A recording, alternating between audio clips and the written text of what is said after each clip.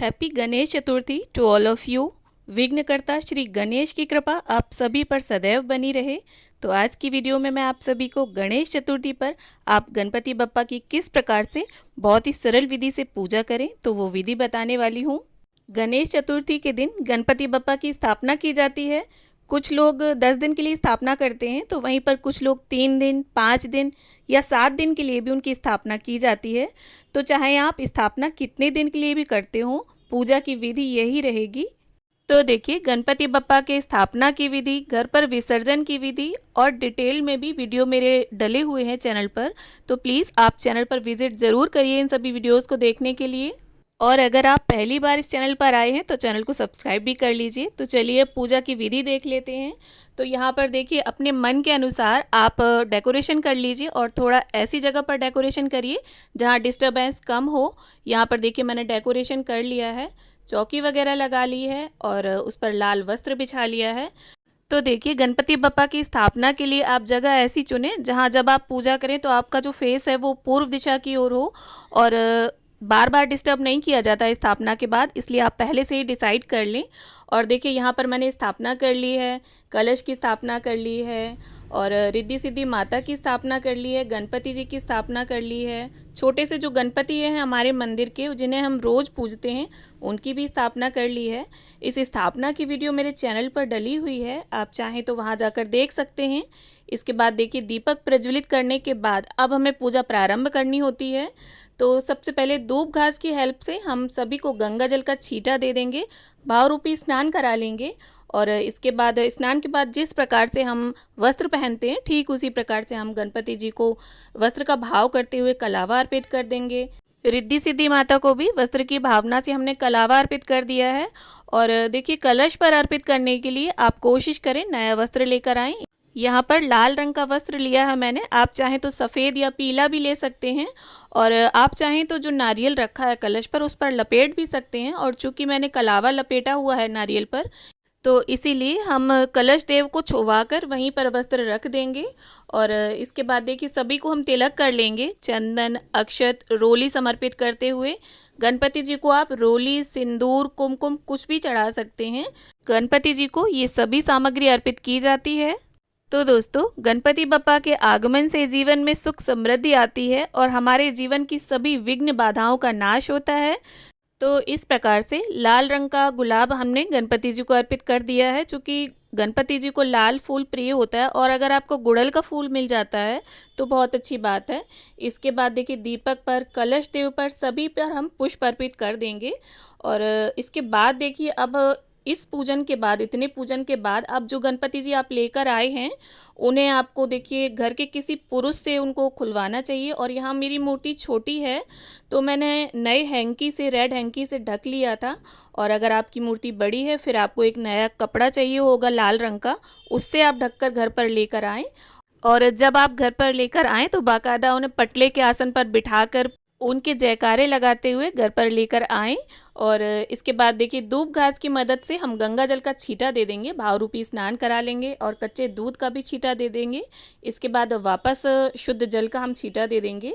और इसके बाद अगर आप वस्त्र लेकर आए हैं तो वो अर्पित करें गणपति जी को, और नहीं लेकर आए हैं तो कलावा भी अर्पित कर सकते हैं वस्त्र की भावना से।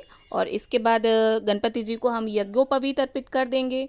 और देखिए, कोशिश आप ये करें कि मिट्टी की मूर्ति ही लेकर आएँ, इको फ्रेंडली मूर्ति होनी चाहिए, जैसे हमारे नेचर को भी हार्म ना पहुँचे किसी भी तरह का। और इसके बाद देखिए, अब हम जो हमारे छोटे गणपति हैं उन्हें भी यज्ञोपवीत अर्पित कर देंगे। और इसके बाद गणपति जी का टीका कर लेंगे, चंदन, रोली, अक्षत समर्पित करते हुए।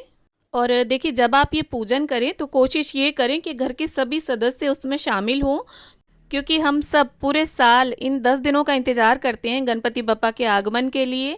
और गणपति बप्पा इन 10 दिनों के लिए हमारे घर में खुशियां लेकर आते हैं, मेहमान के रूप में आते हैं। और इसके बाद देखिए, अब हम धूप घास अर्पित कर देंगे। 21 तार बांधकर आप कलावे में गणपति बप्पा को दूब घास अर्पित करिए। दूब घास जरूर अर्पित करिए आप, क्योंकि गणपति बप्पा को दूब घास अत्यंत प्रिय है। आप किसी भी पार्क से इकट्ठा लेकर आ जाइए, दूब घास बासी नहीं होता है, तो काफ़ी दिन तक चल जाता है। इसके बाद ये देखिए, हमें गुड़ नारियल का प्रसाद उनके समीप जरूर रखना है, और ये जितने दिन भी स्थापित रहेंगे गणपति जी, ये गुड़ नारियल उनके समीप ही रखा रहेगा। इस भोग को आपको हटाना नहीं होगा। और इसके बाद देखिए, उनके प्रिय मोदक अर्पित कर देंगे हम। और इसके बाद जो भी आपके पास ऋतु फल हो मौसम के हिसाब से, आप उन्हें अर्पित कर दें। और ज़्यादा फल ना हो तो सिर्फ केला भी अर्पित कर सकते हैं, गणपति जी को केला भी बहुत प्रिय होता है। और इसके बाद मुख शुद्धि के लिए अगर आप पान लेकर आए हैं तो वो अर्पित करें। यहाँ पर मैंने लौंग और इलायची अर्पित की है। और इसके सभी भोग के साथ आप जल रखना ना भूलें, क्योंकि जिस तरह हम खाने के बाद पानी पीते हैं, तो उसी तरह आपको भोग के साथ जल भी जरूर रखना है। और देखिए, इतने पूजन के बाद अब हाथ में, अगर आप व्रत रहते हैं गणेश चतुर्थी का, तो थोड़े से अक्षत लेकर अब हम गणेश चतुर्थी की कथा सुन लेंगे। आप कथा को सुन भी सकते हैं और पढ़ भी सकते हैं। और कथा संपन्न होने के बाद हाथ में आपने जो भी लिया है, अक्षत या फूल भी रख सकते हैं आप हाथ में, तो वो हम गणपति जी के चरणों में अर्पित कर देंगे। और इसके बाद देखिए, अपने यथा सामर्थ्य, आपकी जितनी इच्छा हो, जितनी श्रद्धा हो, उतनी आप दक्षिणा भी जरूर निकाल कर रखें। और दक्षिणा आप पहले दिन, स्थापना के दिन भी अर्पित कर सकते हैं और विसर्जन के दिन भी। दक्षिणा अर्पित करने से पूजा में अगर किसी भी प्रकार की कोई कमी होती है तो वो पूरी हो जाती है। और इसके बाद देखिए, प्रेम पूर्वक गणपति जी की, कलश देव की, रिद्धि सिद्धि माता की, सभी की हम आरती उतार लेंगे। और आरती भी आप परिवार के सभी सदस्य साथ में मिलजुल कर हंसी खुशी से गाएं।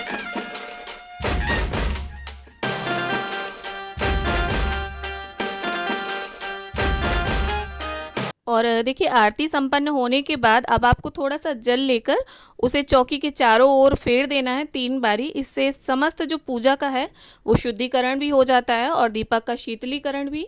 और इसके बाद गणपति बप्पा से आप हाथ जोड़कर प्रार्थना करें कि हे भगवान, हमने इतने दिनों के लिए आपकी स्थापना की है, तो आप निर्विघ्न पूजा को संपन्न करने में इतने दिनों तक हमारी सहायता करें। और हमसे या हमारे परिवार के किसी भी सदस्य से किसी भी तरह की भूल चूक हो जाए तो कृपा करके उसे क्षमा करें और हमारी श्रद्धा को, हमारी भक्ति आराधना को स्वीकार करें। तो देखिए, जितने दिन के लिए भी आपने स्थापना की है गणपति बप्पा की, पूजन आपको इसी तरह करना है। और अपने घर पर रोज रोज नए पकवान बनाकर गणपति बप्पा को भोग लगाइए तरह तरह के। तो इस प्रकार से आपको गणेश चतुर्थी पर रोज गणपति जी की पूजा करनी है। आशा करती हूँ ये वीडियो आप सभी के लिए हेल्पफुल रहे। वीडियो अगर थोड़ा भी अच्छा लगा हो तो इसे लाइक करें, शेयर करें और चैनल को सब्सक्राइब करना ना भूलें। गणेश चतुर्थी आप सभी के लिए मंगलमय रहे।